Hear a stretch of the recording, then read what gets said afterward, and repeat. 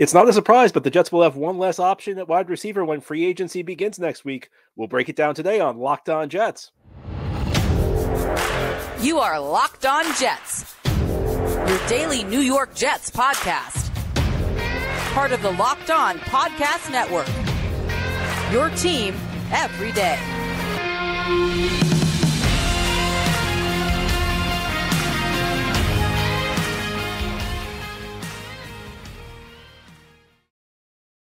Welcome. This is the Locked On Jets podcast, part of the Locked On Podcast Network, your team every day. It's Monday, March 4th, 2024, and I'm your host, John B. from GangGreenNation.com. Thanking you so much for making the show your first listen or first watch every day. Subscribe to the show for free on YouTube or wherever you get your podcasts so you'll get new episodes as soon as they're posted. If you enjoy the show and are listening on a podcast source, please give it a 5-star review. And if you're watching on YouTube and enjoy the show, give this episode a big thumbs up. It helps us out and helps other Jets fans find the podcast. Today's episode is brought to you by FanDuel. Make every moment more. Right now, new customers get $150 in bonus bets with any winning $5 bet. That's $150 if your bet wins. Visit FanDuel.com/lockedon to get started. Well, there's plenty to talk about today. A big development on the free agent front for the New York Jets is where we'll begin, and it's not a positive one, but not a surprising one. Maybe the biggest name free wide receiver who was about to hit free agency re-signs with his current team, and I can't say like I'm super upset because I was never really expecting Mike Evans to be a realistic option for the New York Jets anyway. He's played his entire career with the Tampa Bay Buccaneers, and by all accounts, Tampa Bay wanted to keep him. And in situations like that, it's really tough to get the guy away from his team. So, I can't sit here and act like this is a devastating moment for the New York Jets. But Evans figured to be a target for the Jets if he hit free agency. And, of course, it came out that he will not. He signs with the Tampa Bay Buccaneers, a 2-year deal worth $26 million, which, if you're looking at average annual salaries at the wide receiver position, that's a top 5 salary. And Evans is on the wrong side of 30. So, like, hypothetically, if Tampa Bay was willing to give him that, the Jets would have had to give him crazy money to get him here, even if he had hit free agency. I mean, the Jets probably would have had to pay him like Tyreek Hill money to get him to come to New York. And even then, maybe they would have had to pay more. So you reach a point where any player, and Mike Evans is a great player. Mike Evans, is a guy who's going to have his number retired by Tampa Bay. He may end up in the Hall of Fame when all is said and done things that nobody's ever done in the history of the league. 10 seasons, 10,000-yard seasons, consistent, really good, showing no signs of slowing down, even though he's in his 30s, a very good player. But there comes a price where, a player just doesn't make sense. And I never got the feeling that like Evans was going to come to the Jets on a price that made sense for the New York Jets, because he's like an icon in Tampa Bay. He's a guy who is good. He's going to go down as one of the greatest players in Tampa Bay Buccaneers history. And Tampa Bay, of course, won the NFC South last year. They won a playoff game. They may not be like a Super Bowl. They may not be like a top Super Bowl contender, but they're a quality team in a pretty easy division. And Evans, it just never felt to me like him coming to New York was a realistic option, even though I think the Jets would have loved to have had him. And I think in many ways he would have been a great stylistic fit with Garrett Wilson, a guy who does a lot of the things Garrett Wilson can't do. And I feel like they would have, and Garrett Wilson does a lot of the things Mike Evans can't do. So they would have been a good tandem. I think at a certain price, even though I don't love the idea of like bringing another guy on the wrong side of 30, but if you're going to bring in a guy on the wrong side of 30, Evans would have made sense. But it just never felt like this was going to be a realistic match for the New York Jets. So the Jets will have to turn their attention elsewhere. And it's just 1 week away that the legal tampering period begins, which is, the unofficial start of free agency for all intents and purposes. That's when free agency begins. It'll be a week from today, noon Eastern time, teams that are allowed to start talking to guys who are about to hit free agency. And suddenly the free agent receiver market is drying up. And that's not a big surprise. I think the two guys who were really the big names for me, the guys who were the definite targets, were T. Higgins and Michael Pittman, in part because of their ages. They're both in their mid-20s. They're both, entering their primes. They both have many great years in front of them. But the smart money's always been on both of them getting franchise tagged if their teams could not work out a long-term deal with them. Higgins has already received the franchise tag, and the Colts have suggested that Michael Pittman's going to get the tag unless they work out a long-term deal, and they're going to try and work out a long-term deal with him. So Evans was like the next guy up. Now, I think much of the attention for the New York Jets will turn to Calvin Ridley, who began his career with the Atlanta Falcons, then was traded in 2022 to the Jacksonville Jaguars, off a 1,000-yard season in Jacksonville. So a good player, but Ridley's a guy that makes me a little nervous. There's like the free agent archetypes out there, and Ridley's like the guy who's like, he's a good player, but he's not a great player. But it's becoming a thin year in free agency. So the best guy in a position group that's really important, and it's really important to have good wide receivers in today's NFL. He's going to be probably the best guy who hits the open market, because it doesn't seem like he and Jacksonville are going to be able to work out a longer term deal before then. And there are lots of teams that need a receiver. I mean, there was a report that if Evans had hit free agency, there were no less than 8 teams that were going to be interested in him. And I think it stands to reason that if there are going to be 8 teams interested in Evans, maybe not all 8 of them are going to be interested in Ridley, but a good number of them are going to be interested in Ridley. So you're going to have teams bidding the number up. It's the classic supply-demand issue. There's a lot of demand. Lots of teams needs a big-time receiver, and there's just not a lot of good guys who are hitting free agency. And that means the price is going to go up. It's not a great position to be in. And I worry, like, Ridley is a guy who makes a lot of sense for the Jets from the standpoint. Again, he complements Garrett Wilson well in a lot of ways. He's a good player, and a certain number, I think if you were talking like $17 million a year, he'd be an excellent signing for the Jets. But if we're getting like over $20 million a year, I mean, we're getting into like that classic Jets trap of, they set the market, they overpay the guy at the very top, and he's not worth it. And I think that when we're talking free agency, it's true most years. You have to do a good job scouting. You can't just settle for the guy. You can't just like set the market at the very top guys, because those deals usually don't work out. What you have to do is you have to like just find somebody who's maybe undervalued somewhere else, somebody who's been overlooked, somebody who might be a better fit for your system than he was at his former home. And there are a couple of guys out there who could potentially be options for the New York Jets, but it goes beyond Ridley. I mean, a guy I've been kind of like buying into as a bounce back candidate, maybe Hollywood Brown from Arizona. Well, in the absence of in the absence of a good free agent class, somebody like Hollywood Brown, who's a former first round pick who has a 1,000-yard season on his resume, he's probably going to get overpaid. There just probably aren't at the top of the market. It's just going to be a really crazy year at the wide receiver position because everybody needs one. And to me, this suggests that the Jets, either ought to look to the draft, but more significantly, they're just going to have to find somebody who maybe not in as hot demand in free agency, and maybe hopefully you find somebody who's a good fit for your system, who fits your needs really well. And there are a couple of guys out there. I don't know whether Gabe Davis from Buffalo is going to what the market's going to be for him again in a market with such little supply. Yeah, Gabe Davis may get overpaid, but they're just going to have to find a guy who's, I think that the time to find like a big time receiver may have passed the Jets by the last 2 years. I think there were plenty of options the last 2 off seasons. And, I was screaming from the rooftops the last 2 years, the Jets should go out and get, find another number 1 receiver to pair with Garrett Wilson. But I don't know that that's necessarily the best move when I look at the players who are available. If Brandon Ayuk becomes available in a trade, that's a different story. Maybe if the Bengals put T. Higgins on the trade block, that could be a different story. But, I don't know that there's necessarily going to be a great option for the Jets who's like going to be a 1A you can pair with Garrett Wilson being a 1B, or Garrett being the 1A or the new guy being the 1B. I don't know that option's available, and if it is, I don't know it's going to be cost effective. The Jets may have to go a lower route. Jets may just need to like sign a good number 2, a good number 3 guy, and maybe you look into something in the draft. I don't know that the Jets are in the position they want to be in at the wide receiver position. And that shows you in part why this offseason is going to be so tricky. But of course, the Jets do have the draft. As we continue here on this Monday edition of Locked On Jets, we're going to turn our attention to the NFL Scouting Combine, which took place over the weekend in Indianapolis. There were some good developments for the Jets. There were some good developments for certain prospects. We're going to talk about some of the winners. We're going to talk about some of the positive developments for the Jets. That's as we continue this Monday edition of Locked On Jets. Today's episode of Locked On Jets is brought to you by FanDuel. Get buckets with your first bet on FanDuel, America's #1 sportsbook. Because right now, new customers get $150 in bonus bets with any winning $5 bet. That's $150 if your bet wins. Bet on all your favorite NBA players and teams with quick bets, live same-game parlays, exclusive props, and more. And NBA regular season is starting to wind down. Teams are playing for playoff positioning, teams trying to get home court advantage, teams trying to get one of the top 6 spots so they avoid the play-ins, and some other teams just trying to get into the top 10 so that they make the play-in. No matter what team you root for, again, on FanDuel, you can bet on live quick bets, live same-game parlays, exclusive props, and more. Just visit FanDuel.com/lockedon and shoot your shot. Again, it's FanDuel.com/lockedon. FanDuel, official sportsbook partner of the NBA. Thank you so much for making Locked On Jets your first listen or first watch every day. And a big shout out to you everydayers. This is a daily podcast covering the New York Jets. We have new episodes each day through the week, Monday through Friday. Let's turn our attention now to the NFL Scouting Combine in Indianapolis.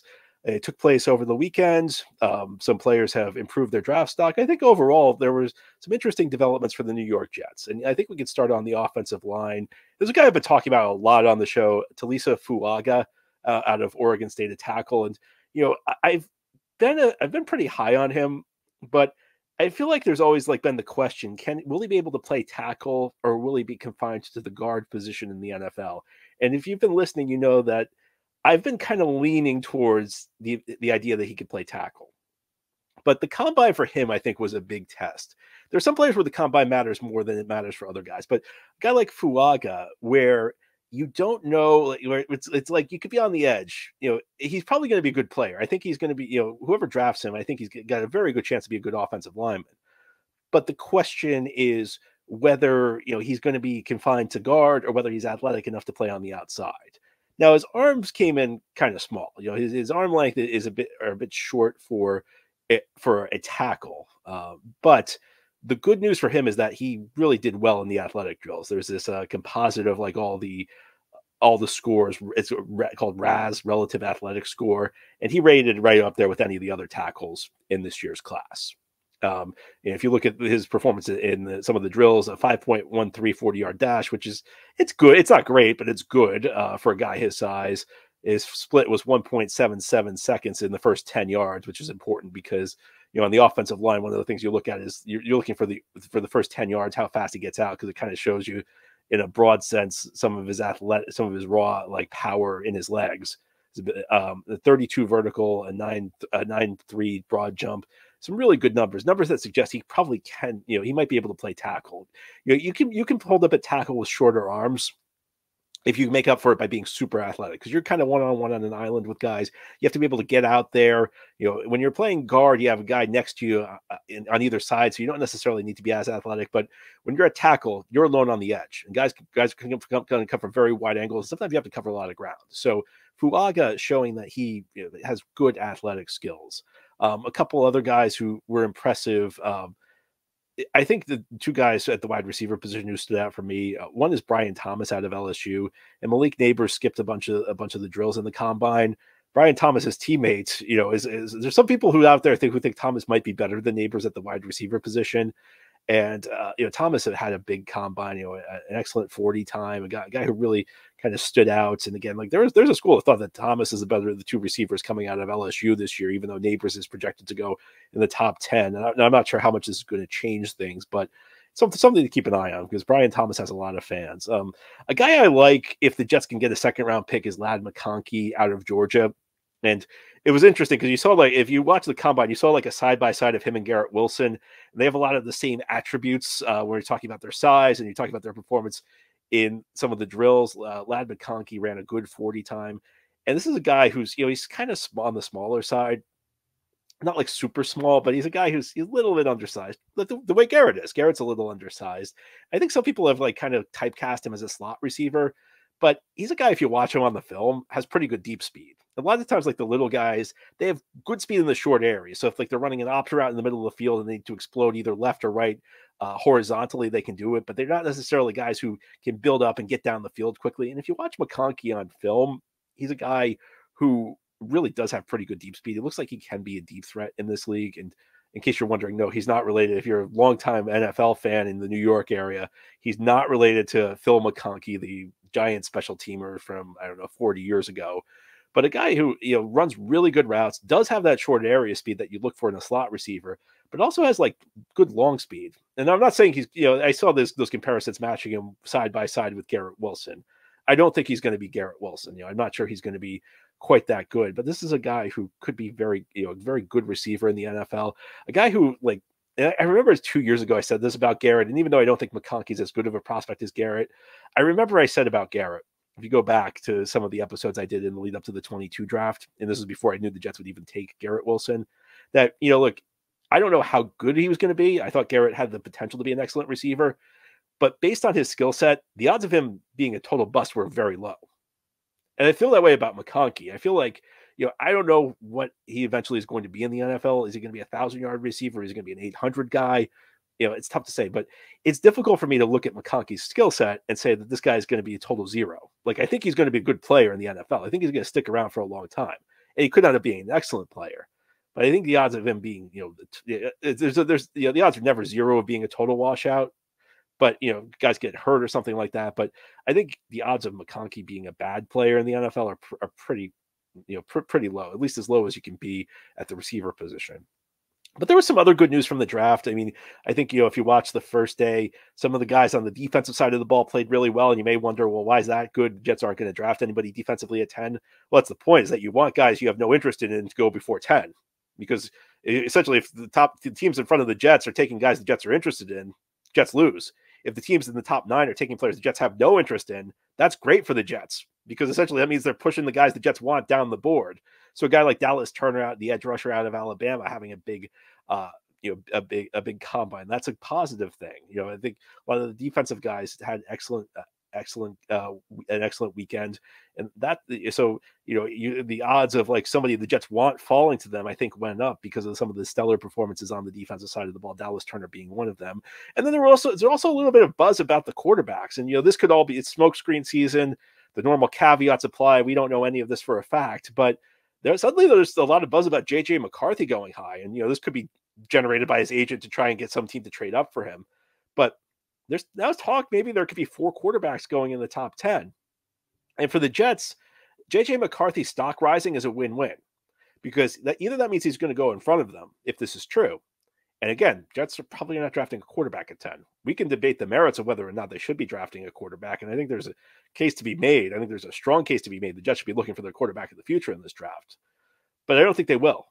So if they're not looking for a quarterback and somebody goes in front of them, again, you want players the Jets aren't interested in to be drafted in the top 9, because that means the players the Jets are interested in drop.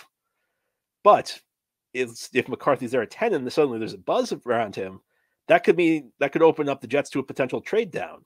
And I know some people don't want to trade down, but when you're talking about a quarterback, teams throw value out the window when they're trading up for a quarterback in the first round. Teams get stupid when they trade up for a quarterback in the first round. They ignore the chart, and the chart already is not really a great indicator of the actual value of picks, but teams disregard it. Teams just say, we'll give up anything to get a quarterback. So the Jets could be in position to get a trade down where they get a lot of surplus value when we talk about the picks they receive, a real chance to build up this roster and add some sorely needed young premium talent to join the likes of Garrett and Brees and Sauce and Jermaine, some of the other players on the young core of this team. No matter what, you want to see the quarterbacks rise, and JJ McCarthy seemed to be the guy getting some buzz. With the normal caveats apply. We don't know how much of it is smokescreen and all that. Now, here on the Locked On Jets podcast, we'll turn our attention to the coaching staff. There actually was some interesting developments regarding the Jets defensive coordinator Jeff Ulbrich, but the end result is good for the Jets. It sounds like he's staying. We'll break it all down, continuing this Monday edition of Locked On Jets. This show is sponsored by BetterHelp. A lot of us spend our lives wishing we had more time. The question is, time for what? If time was unlimited, how would you use it? The best way to squeeze that special thing into your schedule is to know what's important to you and make it a priority.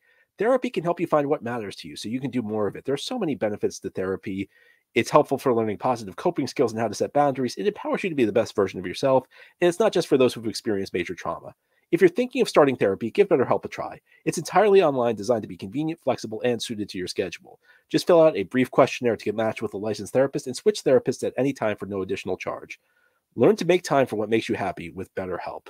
Visit betterhelp.com/lockedon today to get 10% off your first month.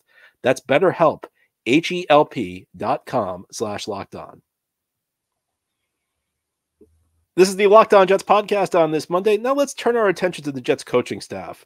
There have been a couple changes under the radar of the coaching staff over the last couple of weeks. Some guys who are very low-level coaches on offense have departed. Jets also have had a couple front office changes. Some guys near the top of their front office have left. And a lot of people are celebrating some of the moves, especially on the offensive side of the ball. They're saying these low-level coaches leaving is going to make a positive difference, when in reality, the coaches who are the problems on the offense are still here. Nathaniel Hackett and Keith Carter, and maybe Todd Downing, you can make a case. Those are the guys who really move the needle on offense. The defensive side of the ball, I think people would agree, Jets coaching staff is pretty good. In fact, last week, if you were paying attention, Mecole Hardman, Super Bowl hero, former Jet, had some very harsh words about the Jets coaching staff on a podcast interview he did. But he did mention on the defensive side of the ball, the Jets coaching was pretty good. He criticized the offensive coaching and, everything that went on beyond that. There was a lot of drama, but I'll say this: I applaud anybody who shines a light on how bad Nathaniel Hackett is. I applaud anybody who's pointing out how lousy Hackett is with an insider perspective, because I feel like the word needs to be spread far and wide. But on the defensive side of the ball, the Jets have good coaching. There was a report from Zach Rosenblatt of The Athletic that the 49ers were in talks with Jets defensive coordinator Jeff Ulbrich, and actually there was some mutual interest in Ulbrich joining San Francisco. And if you're not following what happened, the 49ers fired their defensive coordinator, Steve Wilks.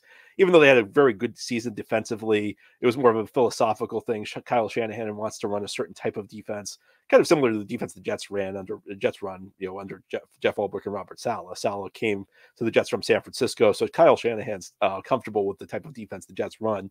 So it's no surprise Ulbrich would be a guy he'd reach out to. And there was mutual interest, but the Jets would not let Ulbrich go.